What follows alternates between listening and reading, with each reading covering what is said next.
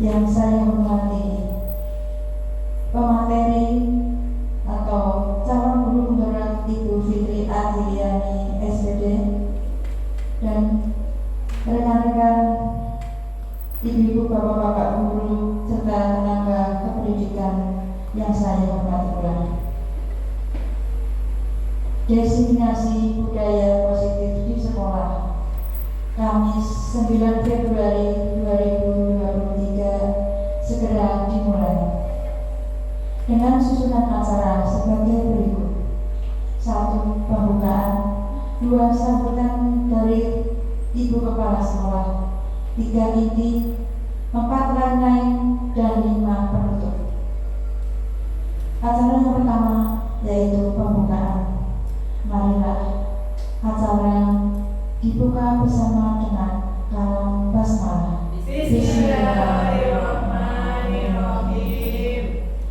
Sebelum acara dilanjutkan, ada sebuah tarian. Marilah kita saksikan bersama, yaitu tarian kreasi pelajar Pancasila dari siswi kelas 6. Kepada yang bertugas disilakan.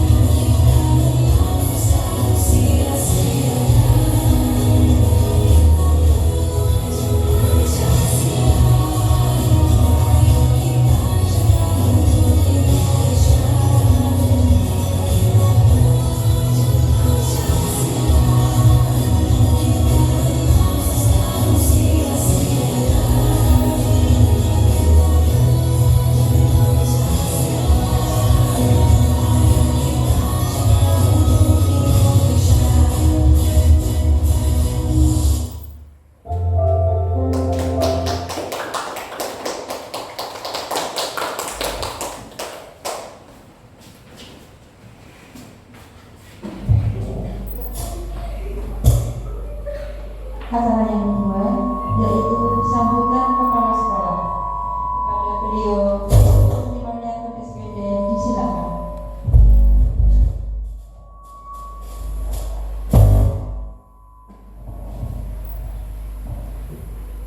Bismillahirrahmanirrahim. Assalamualaikum warahmatullahi wabarakatuh. Waalaikumsalam warahmatullahi wabarakatuh.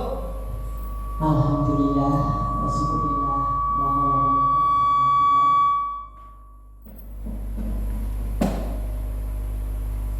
Pertama, marilah senantiasa kita panjatkan puji syukur kehadirat Allah Subhanahu wa taala yang mana pada siang hari ini kita dapat bersilaturahmi di ruangan ini dalam acara diseminasi membangun budaya positif di sekolah.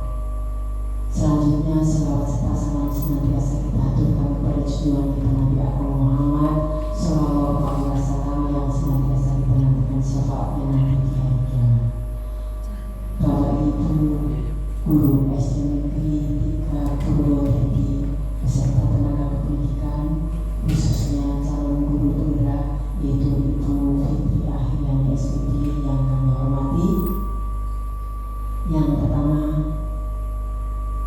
kami ucapkan terima kasih kepada Ibu Fitri Ahyani SPD selaku calon guru tunggal angkatan 7 yang pada siang hari ini telah melakukan atau akan melakukan kegiatan diseminasi membangun budaya positif di sekolah kepada rekan-rekan guru dan tenaga kependidikan di SD Negeri 3 Purwodadi.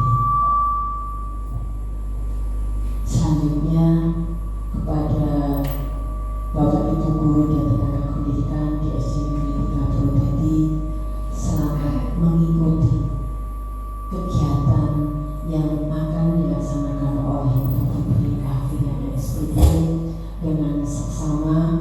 Mudah-mudahan nanti ke depan setelah kegiatan diseminasi ini kita dapat menularkan, kita dapat mendiseminasikan kepada peserta didik kita.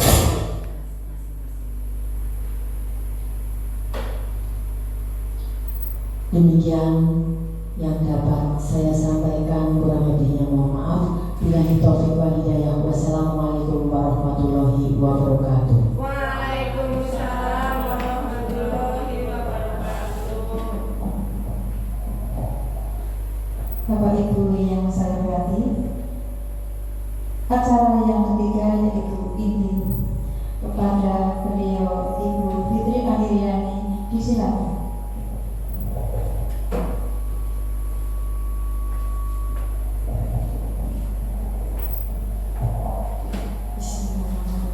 Assalamualaikum warahmatullahi wabarakatuh. Kepada yang terhormat Ibu Kepala Sekolah, Ibu Sri Mariatun SPD, kemudian kepada teman-teman yang kami hormati pula, izinkan saya Fitri Ahyani CGP Angkatan 7 untuk melakukan diseminasi, melakukan budaya positif di sekolah di SD Negeri 3 Purwodadi.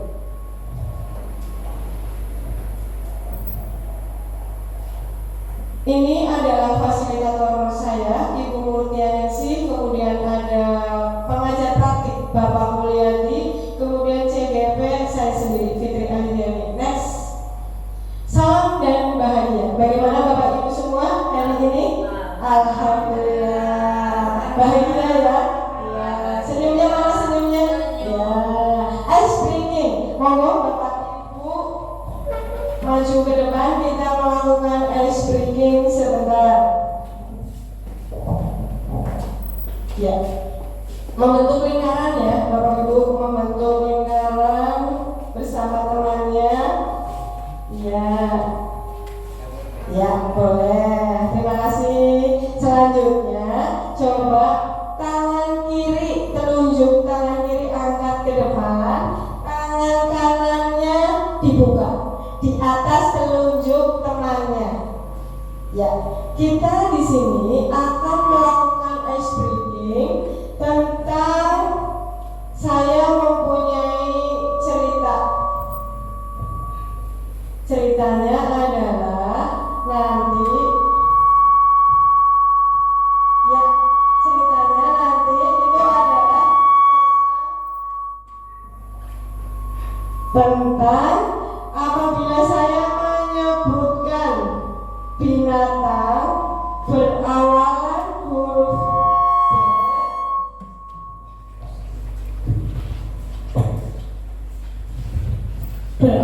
huruf B, maka nanti teman-teman coba ya, yang satu berusaha menangkap temannya, nah yang satunya berusaha menghindar dari tangkapannya. Siap ya? Ya, sudah? Siap? Siap? Ya, dengarkan cerita saya. Suatu hari saya dengan anak-anak saya berkunjung ke kebun binatang. Di sana banyak sekali binatang. Ada beruang. Ya, siapa yang tertangkap? Ya, ada tertangkap, punya tertangkap. Kemudian berkeliling lagi bersama anak-anak. Kita lanjutkan lagi perjalanan. Di situ ada singa, ada harimau, ada burung merpati. Ya, tertangkap lagi. Ya, menyenangkan sekali di kebun binatang itu. Semuanya banyak binatang-binatang baik yang terlindungi, semuanya aman di sana. Nah, tiba-tiba kami melihat ular. Ular itu panjang sekali. Nah, kita berjalan lagi. Di sebelah ular ada monyet. Ada lagi buaya. Ya, terima kasih. Cukup ya informasi hari ini. Terima kasih Bapak Ibu semua. Ya, itu adalah kegiatan yang dilakukan untuk belajar dengan anak-anak ke kebun binatang. Kemudian kita lanjutkan. Next. Di situ kita akan lagi, nah Bapak Ibu semua, seperti yang saya sampaikan, di situ adalah kita akan belajar tentang membangun budaya positif di sekolah. Apa maknanya? Maknanya budaya positif itu apa? Nah, makna budaya positif itu adalah, terus apa penerapan positif? Penerapan positif yang sudah kita terapkan di SD Negeri 3 Proyek. Ya, ada yang bisa menyampaikan yang ada di sekitar kita budaya positif? Bu Pasya? Ya, mengucapkan salam. Terima kasih Bu Pasya. Itu sudah dilaksanakan ya Bu di SD Negeri 3 Proyek. Ada lagi? Salim, ya Bu Sri Rahayu, betul. Salim ini bagaimana Bu? Setiap pagi bertemu, iya. Terima kasih. Ini adalah contoh budaya positif yang sudah diterapkan di SD Negeri 3 Proyek. Next.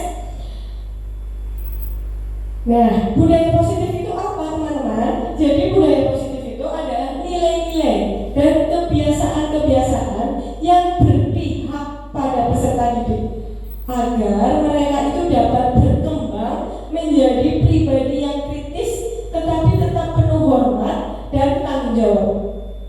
Ya, next.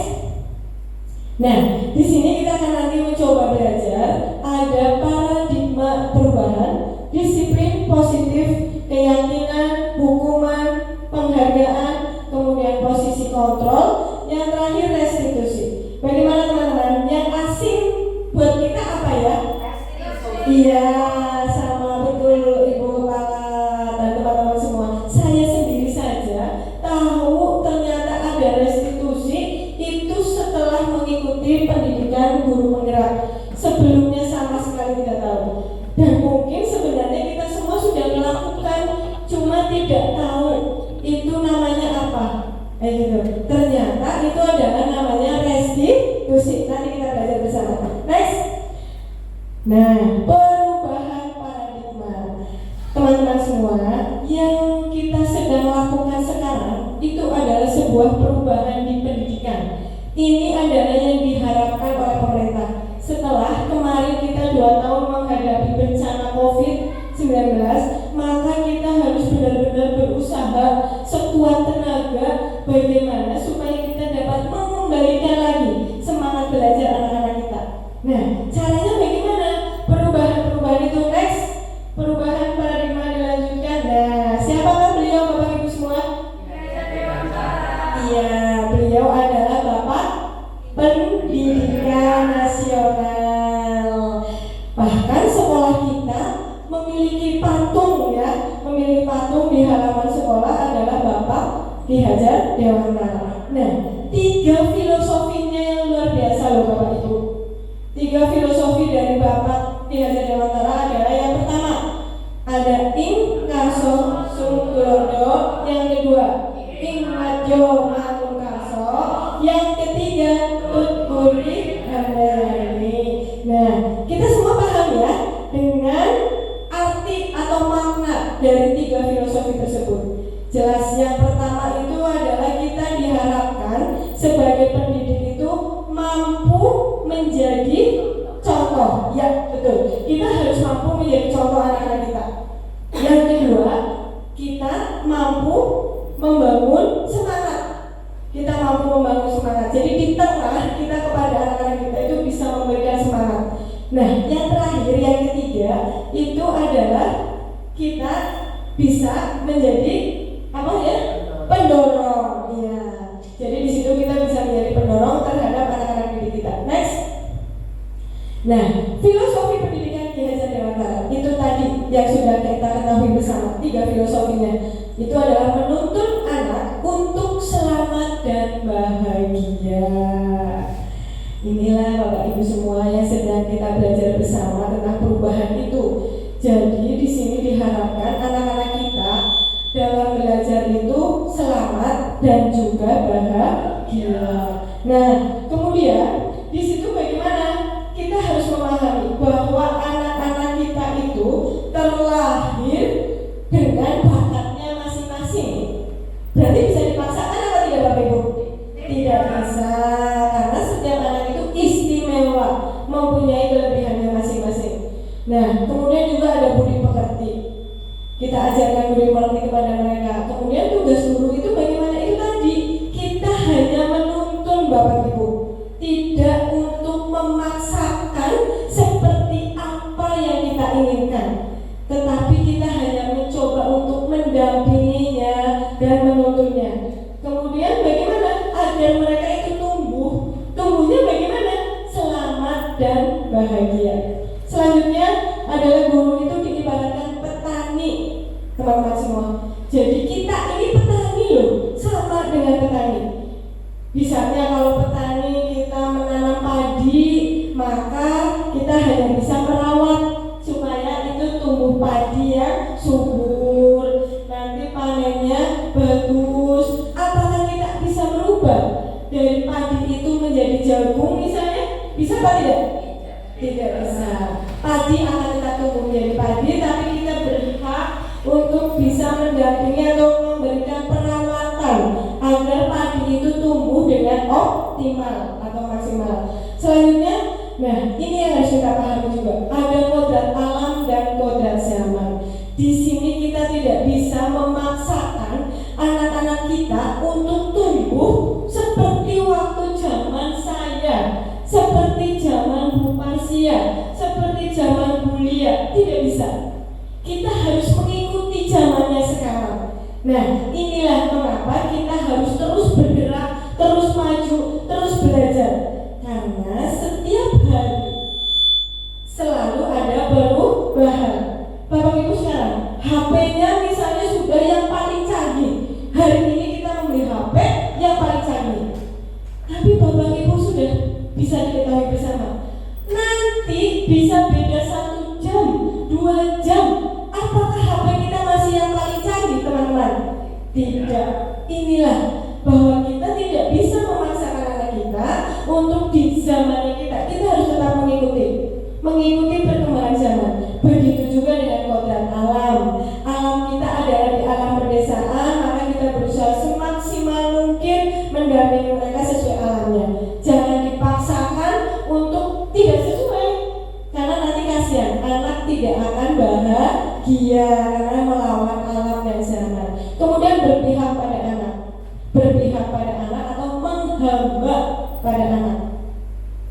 Jadi bukan berarti terus kita ke anak itu, iya itu bukan, tetapi kita mencoba mendampingi dengan sepenuh hati. Mungkin Bapak Ibu juga pirsa ya, atau tahu bahwa saya itu adalah, mungkin bukan hanya saya, atau mungkin ada teman-teman juga yang saat mendampingi anak itu masih dengan emosional, masih dengan marah, masih dengan apa. Ternyata itu bukan salah, tapi menurut saya itu adalah karena kita belum belajar, belum tahu apa yang sebenarnya kita harus lakukan kepada anak-anak kita. Jadi apa yang sudah kita lakukan kemarin itu bukan suatu kesalahan, tetapi memang kita sudah saatnya untuk belajar lagi supaya anak-anak kita bisa tumbuh selamat dan bahagia. Next. Nah, perubahan paradigma untuk membangun budaya positif sekolah perlu sekali disediakan lingkungan yang positif dan aman, Bapak Ibu semua. Jelas, kita dapat mengadakan perubahan budaya positif, lingkungannya harus positif juga. Kalau lingkungannya tidak positif, tidak aman, tidak nyaman, kira-kira bisa dilaksanakan apa tidak budaya positifnya? Belum ya, tidak. Next. Nah, mengapa guru itu harus menciptakan suasana dan lingkungan yang positif? Ya, siapa yang bisa mendapat? Ya, Bu Sri. Ya, terima kasih. Supaya peserta didik itu merasa aman dan nyaman saat siswa tersebut melaksanakan pembelajaran di Terima sekolah. kasih Bu Sri. Beri tepuk tangan untuk Bu Sri. Ya, jadi mengapa kita harus menciptakan suasana lingkungan yang positif itu tadi, supaya anak-anak itu bisa tumbuh dengan selamat dan bahagia. Next. Apa hubungan penciptaan lingkungan positif dengan proses pembelajaran yang berpihak pada murid? Nah, teman-teman semua, di sini hubungan menciptakan lingkungan positif dengan proses pembelajaran yang berpihak pada murid itu tadi intinya sama, bahwa kita berharap anak-anak kita itu bisa melakukan proses pembelajaran dengan aman dan nyaman. Nah, di situ maka akan tercipta budaya positif yang akan mewujudkan siswa yang selamat dan bahagia. Next. Perubahan paradigma teori kontrol. Untuk ini ada nanti next Bu. Mundur ada yang mengepal ya, ada yang mengepal. Kita nanti coba mengepal. Ya, coba kita kepalkan tangan. Ya, next.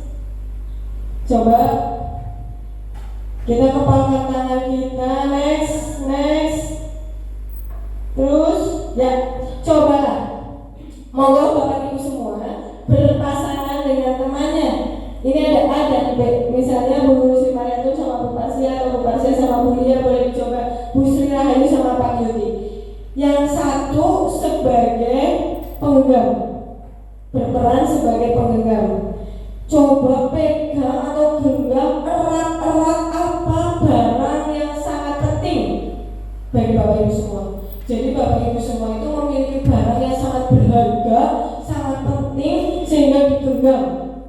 Nah, temannya yang satu lagi coba membujuk, coba beri bujukan temannya untuk membuka. Bisa dibujuk, bisa diintimidasi, bisa diberi hadiah, misalnya pokoknya berusaha sampai ini terbuka. Siap ya? Siap? Nah, kalau Bu Pasya sama Bu Kepala, siapa yang menggenggam? Oh, Ibu yang menggenggam, berarti Ibu yang merayu, bisa mengancam, bisa apa saja. Pokoknya sampai Bu Sri Mariatun itu membuka. Begitu juga, siap ya? Pak Yudi dan Bu Sri Rahayu. Ya, kita mulai, coba.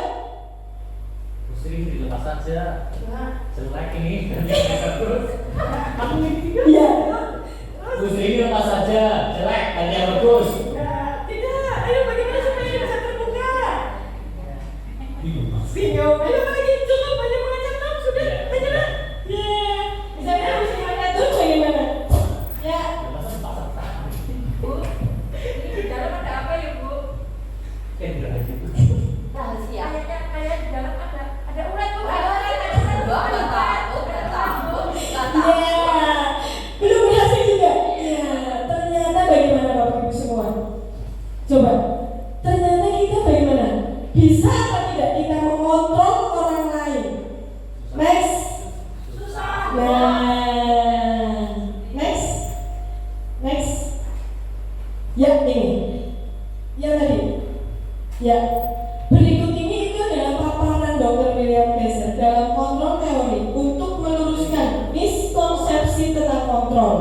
tadi Bapak Ibu sudah mencoba ya. Ternyata kita tidak bisa mengontrol orang lain. Iya apa tidak? Tidak bisa. Karena di situ tadinya kita berilusi atau berimajinasi bahwa aku bisa kok mengontrol anak-anak kita. Kita bisa kok. Ternyata bagaimana?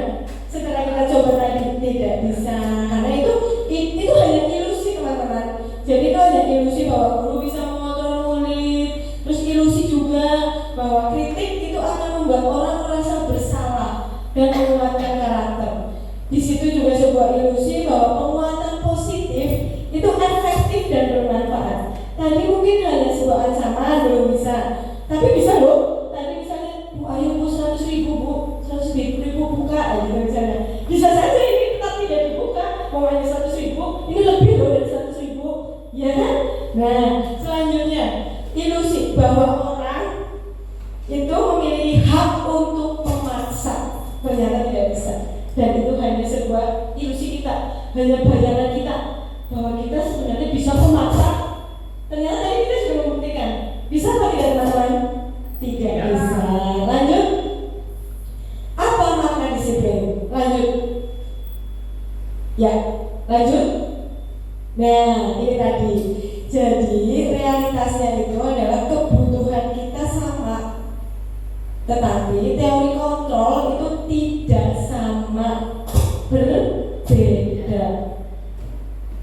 Kita pernah berpikir kok sama kok, ternyata berbeda. Nah, di sini kita belajar. Terus semua orang melihat hal yang sama. Awalnya kita begitu, semuanya sama, tetapi tetap berbeda.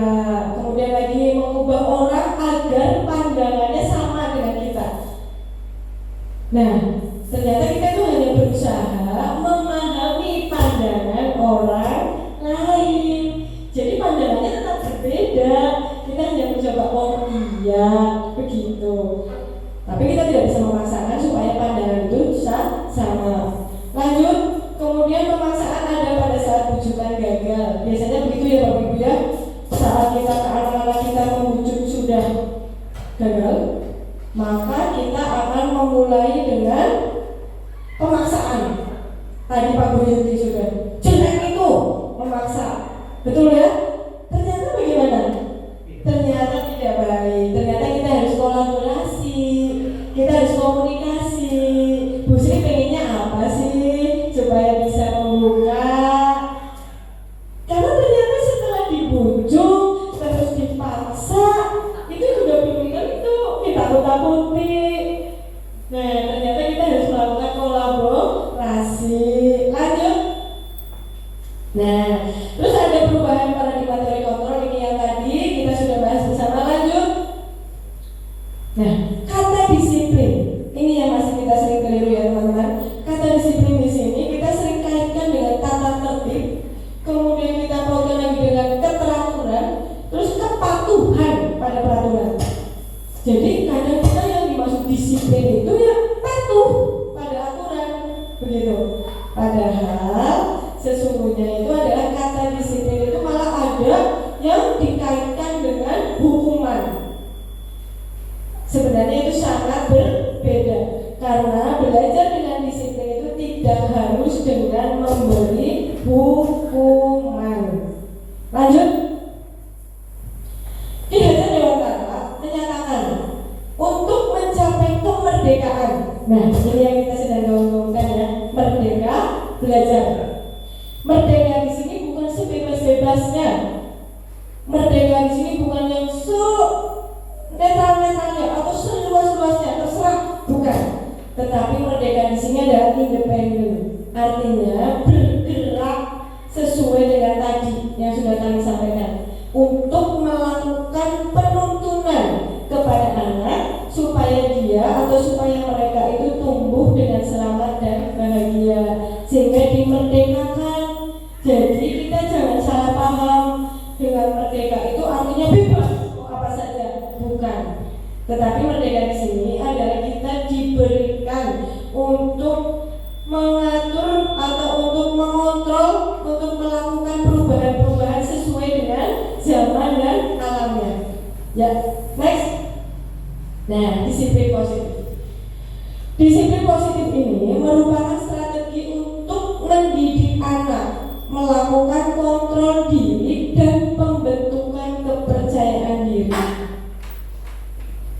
Disiplin diri ini dapat membuat seseorang mengambil potensinya menuju kepada sebuah tujuan mulia atau sesuatu yang dihargai dan bermakna. Nah, disiplin diri ini juga berarti bahwa bertanggung jawab pada apa yang dilakukan. Mereka mendasarkan tindakan mereka pada nilai-nilai kebajikan universal. Yaitu misalnya kebajikan universal banyak ya. Tadi Muslim memberikan atau melakukan salim, terus mengucapkan salam, terus senyum, iya, cuci tangan, juga itu adalah kebajikan universal. Nah, yang sedang kita semarakan itu adalah 5P, ya, profil pelajar Pancasila. Lanjut. Nah, ini adalah nilai-nilai kebajikan universal oleh pelajar Pancasila. Jadi ini nilai-nilai yang diharapkan dapat tumbuh pada anak-anak kita. Ada apa saja ya? Beriman, bertakwa pada Tuhan Yang Maha Esa, berkehinaan global, gotong royong, kreatif, mandiri, bernalar kritis. Ini adalah nilai-nilai kebajikan universal yang diharapkan dapat tumbuh pada kurikulum Merdeka Belajar. Lanjut. Nah, itu tadi. Jadi motivasi itu ada 3. Ada motivasi eksternal dan motivasi internal, intrinsik ya. Jadi ada eksternal dan intrinsik. Kalau tadi Pak Yudi memberikan pengaruh kepada Bu Sri, itu berarti eksternal apa intrinsik? Eksternal, karena dari orang lain, ya kan? Nah, tapi kalau Bu Sri melakukan untuk melakukan membuka, tetapi karena memang dia ingin membuka untuk menghargai dirinya sendiri dan percaya, maka itu adalah motivasi intrinsik. Lanjut. Mengapa tidak peraturan saja? Ya, mengapa kita harus membuat keyakinan kelas, bukan peraturan kelas, bukan tata tertib kelas? Saya dulu masih memakai tentang tata tertib, tapi memang dulu itu kita belum tahu. Ya, sekarang setelah kita belajar bersama, ayo kita mulai bersama-sama merubah dari yang tadinya tata tertib kelas, yang tadinya peraturan kelas, kita rubah yuk jadi keyakinan kelas. Lanjut. Nah, keyakinan kelas, hukuman dan penghargaan. Ini semua nanti kita akan belajar bersama. Mengapa? Itu tadi kan, mengapa kita tidak peraturan saja sih Bu? Kan lebih apa biasanya ya, lebih mengancam. Tapi kan kita sedang belajar untuk tidak mengancam. Kita sedang belajar untuk tidak mengontrol. Karena tetap tidak bisa itu tadi. Tetap itu harus tumbuh dari dalamnya atau dirinya sendiri. Nah, yang pertama, mengapa kita memiliki peraturan? Kalau kita nih sebagai warga negara, kalau berkendara harus memakai helm, ya kan? Ya Bu.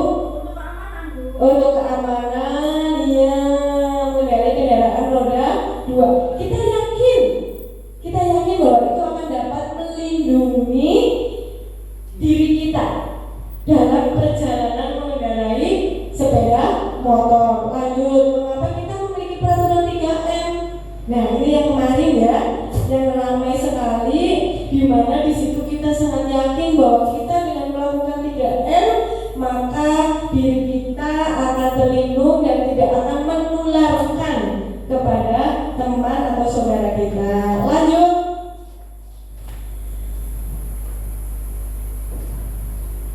Ya, keyakinan kelas ini tadi, mengapa bukan peraturan kelas? Ya, keyakinan kelas ini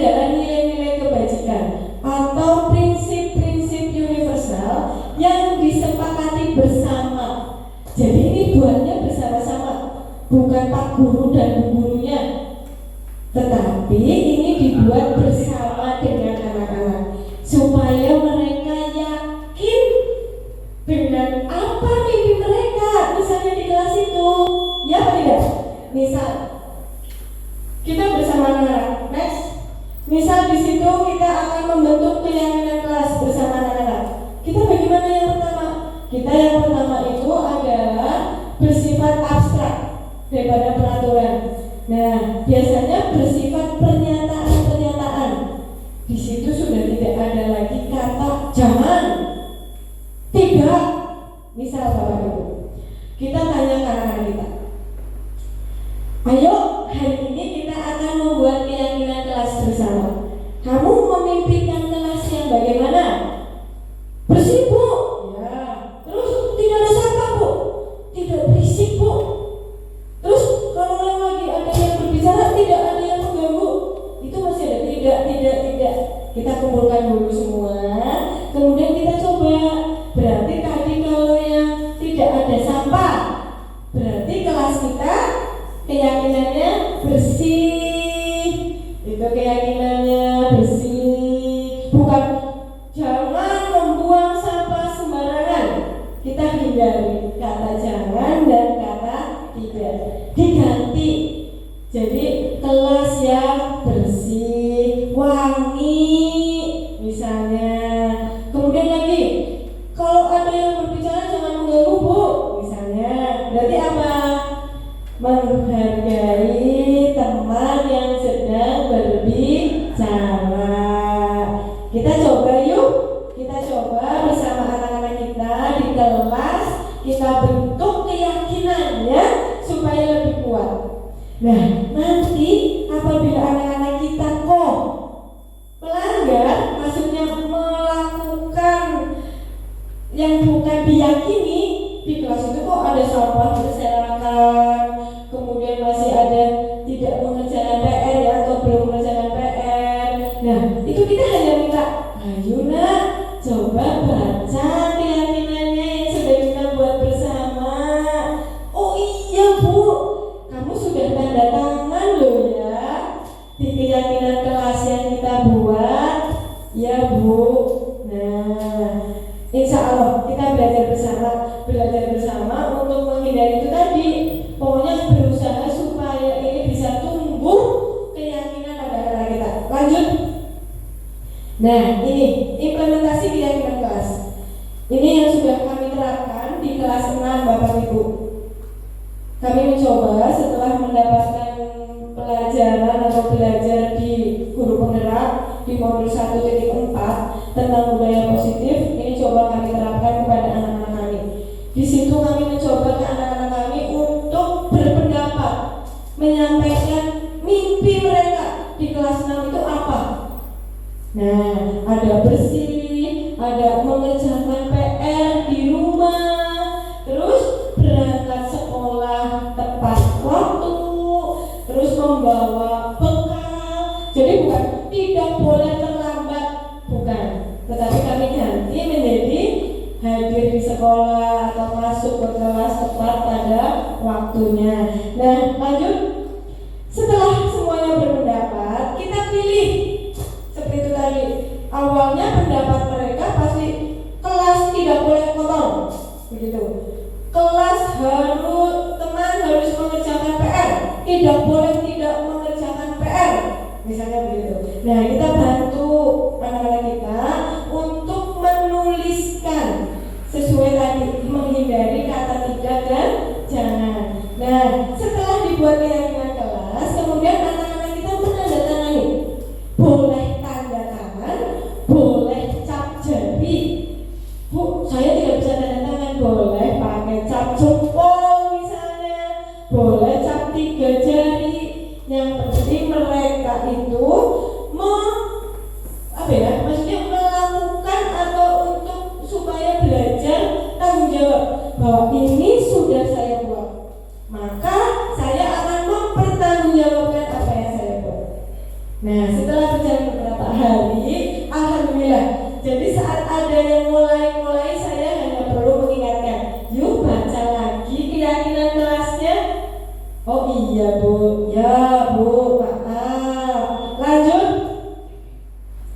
Nah ini, jadi kalau peraturan keyakinan kelas atau nilai kebajikan yang dituju itu sebenarnya seperti itu. Selalu kembalikan buku ke tempatnya. Itu sudah melatih anak untuk tanggung jawab. Kemudian lagi hadir di sekolah 15 menit. Berarti menghormati orang lain, komitmen pada tujuan. Dilarang melakukan kekerasan, berarti keselamatan, menghormati orang lain. Lanjut.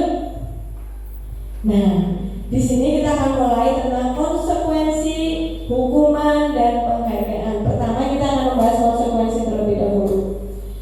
Konsekuensi itu apa sih?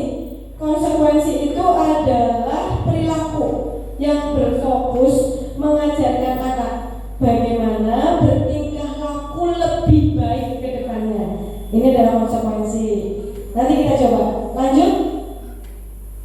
Hukuman. Nah ini biasanya waktu saya belum mengikuti pendidikan guru penggerak, maka saya lebih sering melakukan hukuman. Pada hari itu anak saya kelas 6 tidak mengerjakan PR, maka anak saya langsung beri hukuman menyapu halaman sekolah. Nah ini hukuman itu bentuknya seperti itu, melakukan pengarahan, bisa sesuai dengan perilaku secara umum, atau mengingatkan. Sebuah hukuman itu diberikan jika tingkah laku yang tidak diharapkan ditampilkan. Itu tadi, harusnya mengerjakan PR, harusnya melakukan piket, tetapi tidak dilaksanakan.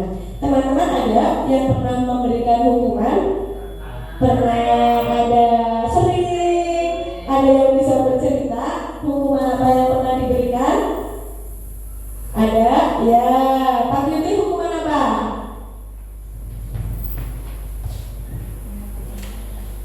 Terima kasih Bu Fitri. Ya. Saya sebagai guru kelas 5 pernah memberikan hukuman kepada siswa saya karena sering datang terlambat saat pagi hari.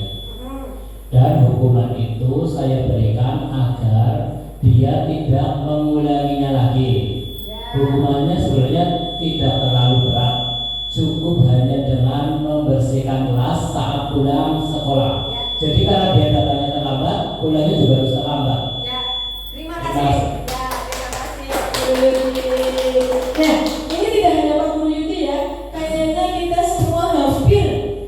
Dulu kan kita belum tahu. Mudah-mudahan setelah hari ini kita belajar bersama, nanti kita bisa bersama-sama melakukan perubahan. Siap ya? Lanjut. Ya, restitusi. Ini tadi yang kita apa ya? Yang asing buat kita restitusi. Nah, restitusi itu memberikan pilihan-pilihan alternatif yang bisa dipilih oleh pelanggar. Lanjut. Nanti kita akan belajar bersama. Konsekuensi itu tadi sudah. Lanjut. Nah, di sini misalnya saya memiliki kasus. Kasusnya di sini adalah Siti mencoret-coret di buku tinik. Ini sering kita jumpai ya, anak-anak kita itu sering seperti ini. Sering, ya, sering mencoret-coret. Terus ibu guru meminta Siti segera membersihkan coretan di buku tinik. Misalnya, ayo Siti bersihkan coretannya. Nah, tindakan ibu guru ini setelah tadi kita belajar hukuman, konsekuensi, dan restitusi. Ini yang mana? Konsekuensi. Ya, karena di situ Siti mencoret kemana bukunya, maka dia harus bertanggung jawab untuk membersihkan. Jadi bukan kita yang memberikan hukuman ya, tetapi dia bertanggung jawab. Lanjut. Ada lagi tadi ya yang sudah disampaikan oleh Pak Guru Yuti. Tadi Pak Guru Yuti ada anaknya datang terlambat.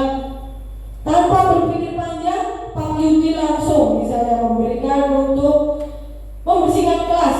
Nah, kalau di sini Pak Hasan itu menyuruh berlari 10 kali. Ayo, tindakan ini merupakan apa?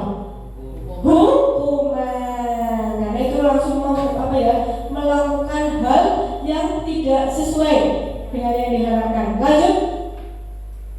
Nah, Bapak Ibu, ini adalah tentang restitusi. Nanti kita belajar saja. Lanjut. Ya, lanjut. Nah, dihukum dengan penghargaan, teman-teman semua. Ini saya juga ternyata keliru selama ini. Belum tahu bahwa ternyata penghargaan itu adalah hukuman sebenarnya. Jadi itu adalah mengemukakan bahwa penghargaan maupun hukuman itu adalah cara mengontrol perilaku seseorang yang menghancurkan potensi. Misal, anak kita kelas 1, dia sudah berusaha untuk mengeja, untuk membaca, berhasil Bapak Ibu semua, bisa, dia sudah bangga loh. Ternyata dia itu di dalam dirinya itu sudah merasa, wih, aku udah bisa baca. Lah, kok sama kita terus, ini hadiah buat kamu. Ternyata itu langsung melemahkan Bapak Ibu semua.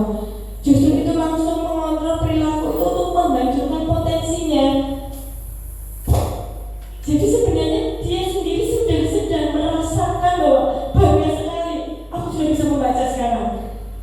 Nah, kemudian ternyata dengan penghargaan itu tidak efektif, kurang efektif, dan di situ juga akan merusak hubungan, teman-teman.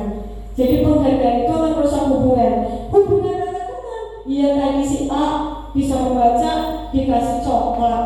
Besok misalnya bisa membaca lagi, ganti dikasih permen.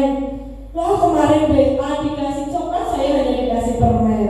Akhirnya A dengan B hubungannya tidak baik. Terus penghargaan itu juga mengurangi ketepatan. Dan penghargaan itu mematikan kreativitas. Penghargaan menurunkan kualitas. Dan sebenarnya teman-teman semua, penghargaan ini sama dengan menghukum. Dulu sebelum saya belajar guru penggerak, saya ingat sekali bahwa reward, ya, kita harus memberikan reward kepada anak-anak kita. Tetapi sekarang kita lagi dicoba untuk belajar, anak itu yakin melakukan sesuatu itu tanpa harus ada reward. Jadi dia udah yakin. Misalnya sekarang, saya berangkat pukul 6:30 atau 7:04. Saya yakin bahwa saya akan menjadi contoh anak-anak saya.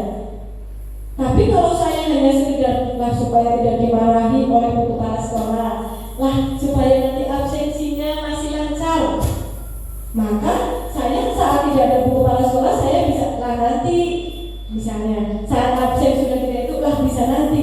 Tapi kita coba yakin pada diri kita bahwa dengan kita berangkat lebih awal, dengan kita memakai seragam, anak-anak kita itu juga akan mencontoh kita.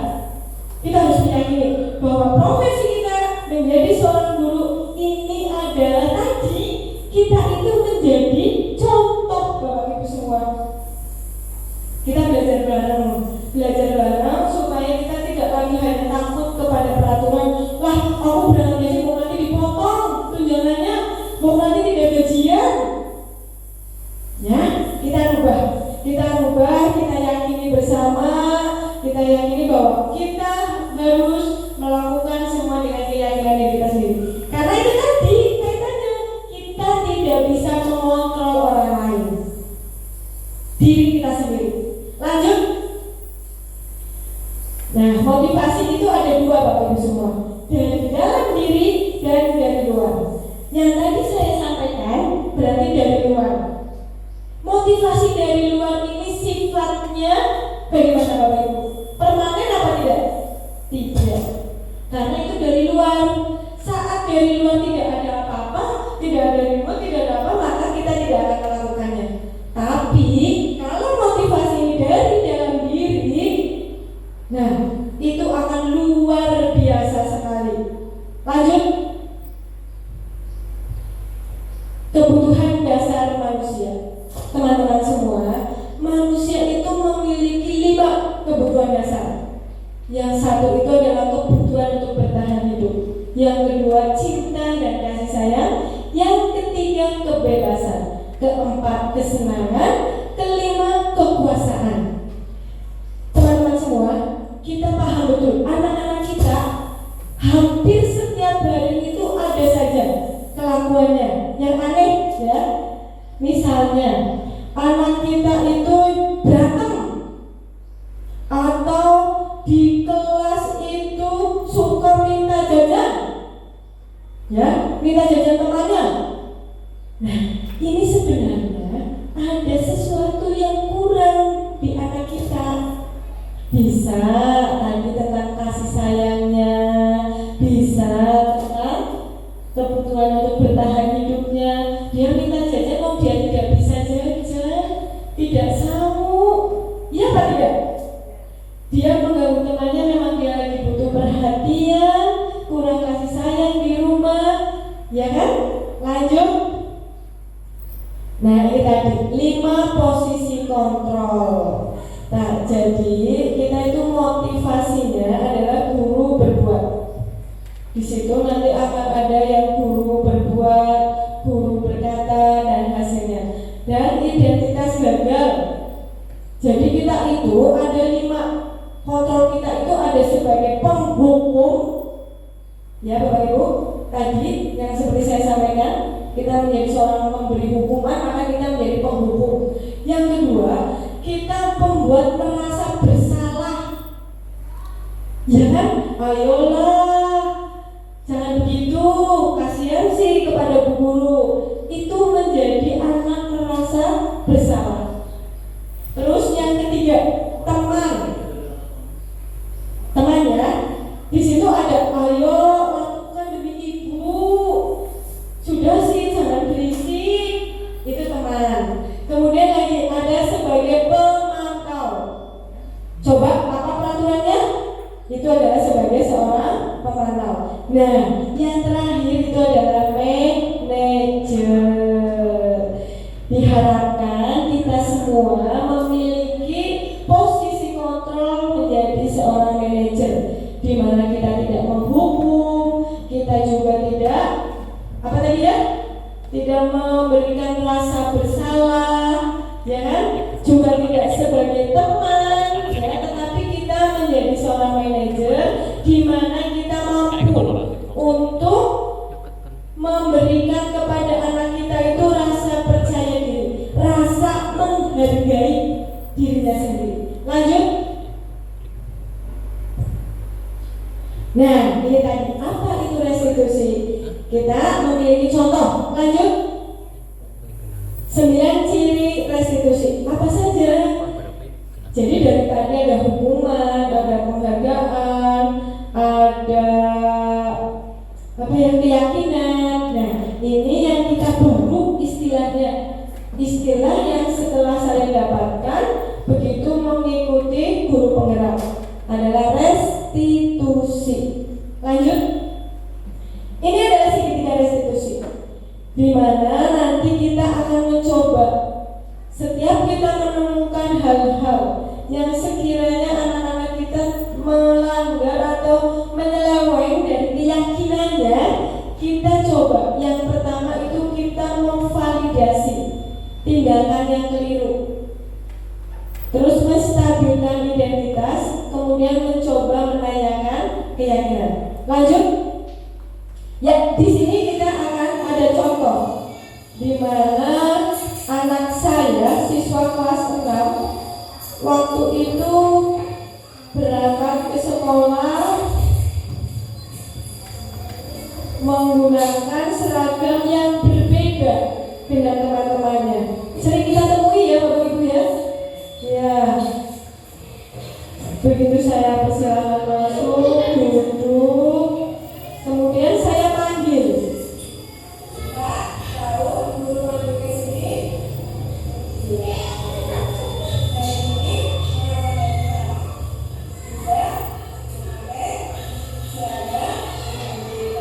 Iya.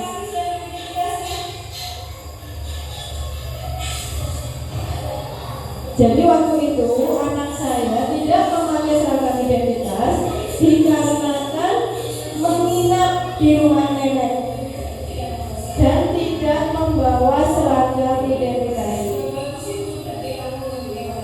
Dua.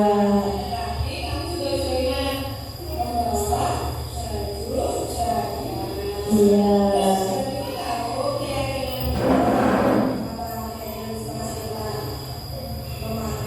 Memakai seragam.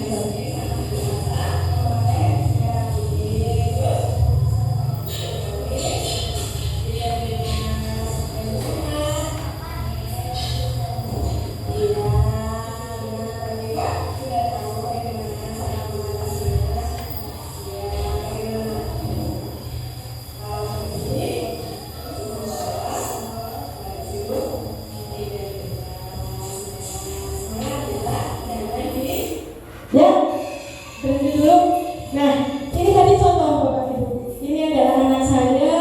Hari itu dia tidak memakai seragam identitas seperti teman-temannya. Nah, apa saya langsung berarti Pak tidak memakai seragam identitas? Tidak. Tetapi saya coba untuk hari itu dia biar ikut pelajaran terlebih dahulu. Baru kemudian di sela-sela waktu saya manggil Mbak Diva.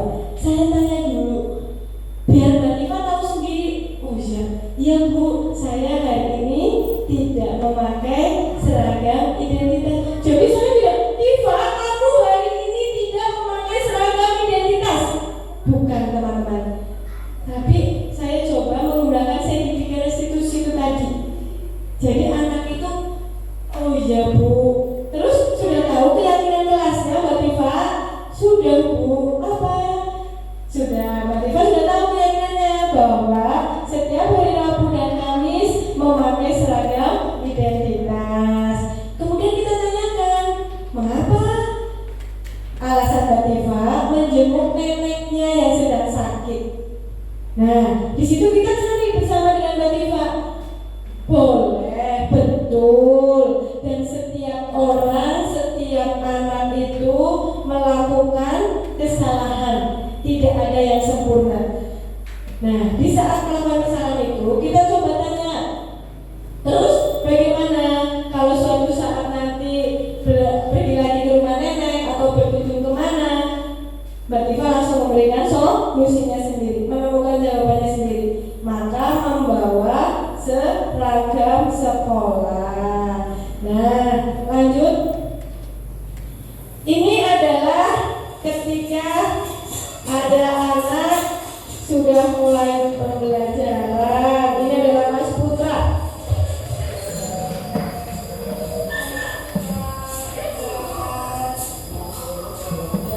Ya. Nah,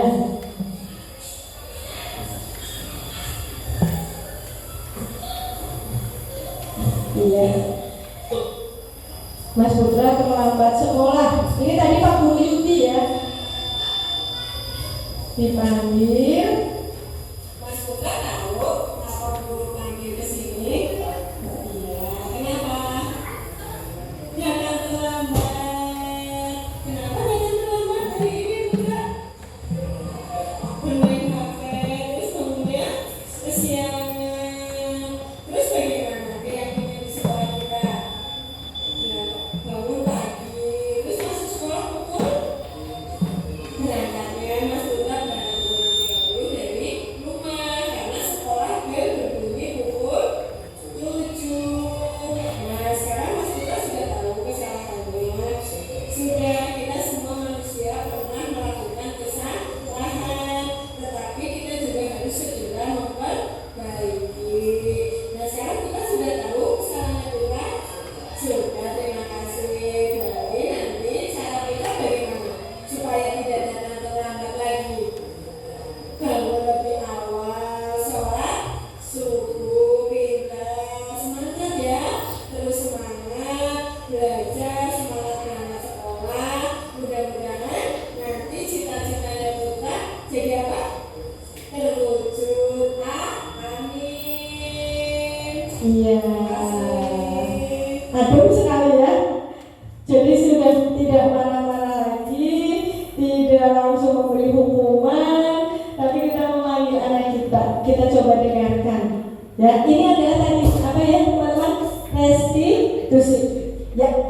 Lanjut.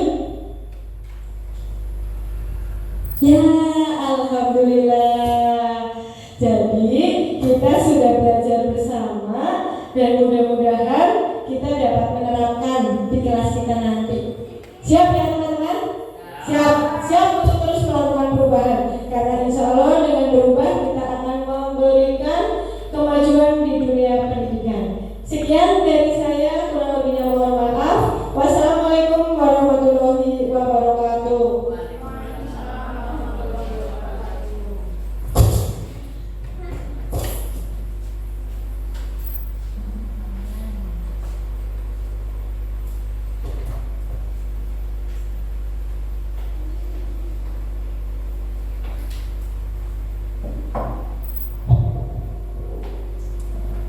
Bapak Ibu yang saya hormati, tibalah pada acara yang keempat, yaitu lain-lain. Untuk acara lain-lain ini diisi tanya jawab, Pak Bu Fitri. Ya, tanya jawab. Ada yang ingin ditanyakan? Ya, Bu Sri Mariatun, monggo. Terima kasih. Yang akan saya tanyakan, tadi dijelaskan bahwa penghargaan merupakan suatu pertemuan. Bagaimana yang telah dilakukan di SD kita, di SD Negeri 3 Purwodadi, setiap akhir tahun pelajaran kita memberikan penghargaan kepada para juara di kelas masing-masing.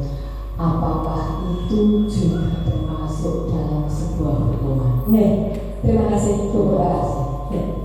Terima kasih Bu Sri Mariatun atas pertanyaannya. Memang betul sekali. Setelah kita belajar bersama di guru penggerak bahwa ternyata penghargaan itu sama dengan hukuman, maka mari kita coba belajar. Kita coba belajar, kita lakukan perubahan. Inilah yang dimaksud dengan paradigma perubahan, bahwa kita memang akan berubah, tetapi juga tidak bisa langsung, tidak bisa. Kita coba lakukan dengan pelan-pelan, mungkin dengan sedikit kita belajar. Tadinya kita setiap semester memberikan penghargaan ke anak, tapi alhamdulillah mulai belajar setahun sekali.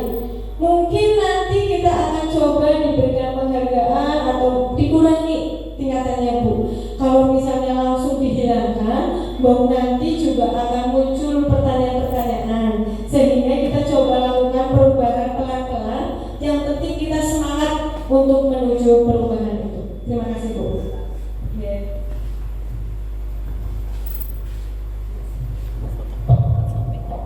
Mungkin ada yang lain yang mau bertanya? Kalau sudah berarti cukup untuk acara lain-lain. Bapak Ibu yang saya hormati, acara yang kelima adalah penutup. Marilah acara diseminasi budaya positif di sekolah yang disampaikan oleh Bu Fitri Ahyani. Assalamualaikum warahmatullahi wabarakatuh. Saya Sri Mariatun SPD, Kepala SD Negeri 3 Purwodadi, Kecamatan Tambak, Kabupaten Banyumas, mengucapkan terima kasih kepada Ibu Fitri Ahyani SPD, calon guru penggerak Angkatan 7 dari SD Negeri 3 Purwodadi yang telah melaksanakan kegiatan diseminasi membangun budaya positif di sekolah. Alhamdulillah, hal itu merupakan stimulus bagi perubahan untuk SD kami, SD Negeri 3 Purwodadi, tentang budaya positif. Semoga kegiatan yang telah dilaksanakan oleh Ibu Fitri Ahyani SPD dapat menggerakkan guru-guru di SD Negeri 3 Purwodadi khususnya dan guru-guru di Kecamatan Tambak pada umumnya untuk dapat menerapkan budaya positif kepada peserta didik di sekolah masing-masing. Semoga ke depan SD Negeri 3 Purwodadi dapat mengalami perubahan ke arah yang lebih baik tentang bagaimana penerapan budaya positif di sekolah. Semangat, semoga sukses untuk Ibu Fitri Ahyani SPD. Wassalamualaikum warahmatullahi wabarakatuh.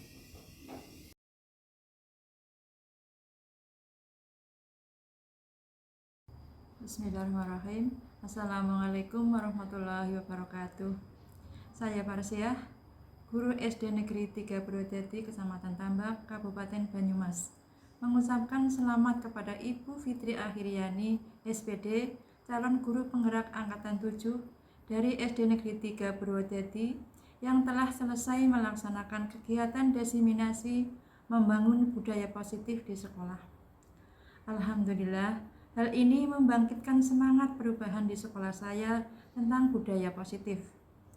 Semoga kegiatan yang telah dilaksanakan oleh Ibu Fitri Akhiriani SPD dapat menggerakkan guru dan siswa di sekolah kami untuk dapat menerapkan budaya positif. Harapan kami ke depan, SD Negeri 3 Purwodadi dapat mengalami perubahan yang lebih baik tentang penerapan budaya positif. Tetap semangat dan sukses selalu untuk Ibu Fitri Akhiriani. Wassalamualaikum warahmatullahi wabarakatuh.